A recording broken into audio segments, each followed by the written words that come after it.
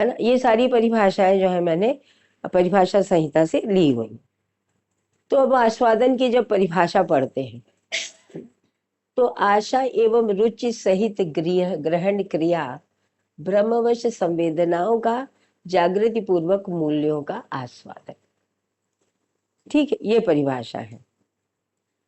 आशा एवं रुचि सहित, तो जो जीने की आशा जीव चेतना में थी वो मानव में जीव चेतना में है, जीने की आशा।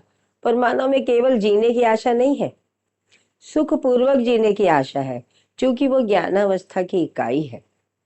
इसलिए जीव चेतना से भिन्न है मानव। लेकिन जीव चेतना में जी रहा है, ऐसा क्यों कहते हैं?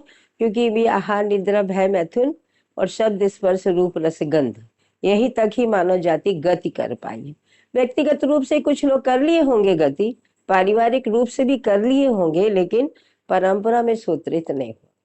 परंपरा में सूत्रित होने का मतलब है कि मानव की मानसिकता में, पूरी मानव जाति की, उसके विचार में, कार्य में, व्यवहार में क्या सूत्रित हुआ है, उसके क्या फल परिणाम है, इसके आधार पर। इसलिए कहते हैं कि संस्कृति, सभ्यता, विधि व्यवस्था की एक सूत्रता बराबर परंपरा। या उसको और सामान्य भाषा में कहें तो व्यक्ति, परिवार, समाज, राष्ट्र और अंतरराष्ट्र तक एक सूत्रित हो जाना।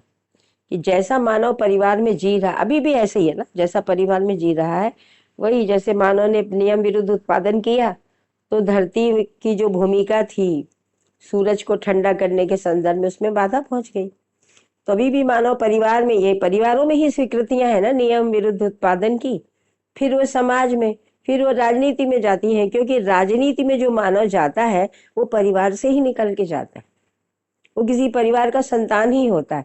तो परिवार में जिस प्रकार की मानसिकताएं स्वीकृत होती हैं वही मानसिकताएं समाज, राष्ट्र और अंतरराष्ट्र तक सूत्रित होती हैं।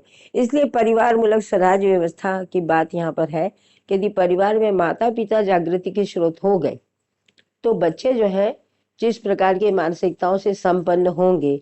और फिर ये इतने नहीं कि अपने परिवार में कर लो, है ना, ये कम से कम एक गांव में या 10 गांव में।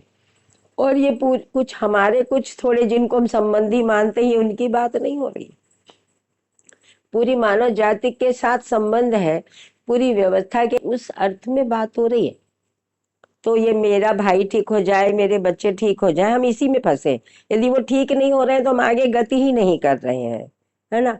मेरा भाई भी ठीक हो जाए, इस ये शुभकामना गलत नहीं है, उसमें योग्यता ही नहीं है, आप कर कहाँ से लोगे? आप सारी एनर्जी वहीं लगा दोगे, है ना। जिनमें जागृति की प्यास है अभी, ये वो समय है, ये दर्शन है, ये आनंद की सूचना, ये मनोरंजन कार्यक्रम नहीं है भाई, है ना, ये एंटरटेनमेंट प्रोग्राम नहीं है, ये जागृति का कार्यक्रम है। इसकी गंभीरता को समझने की जरूरत है ना।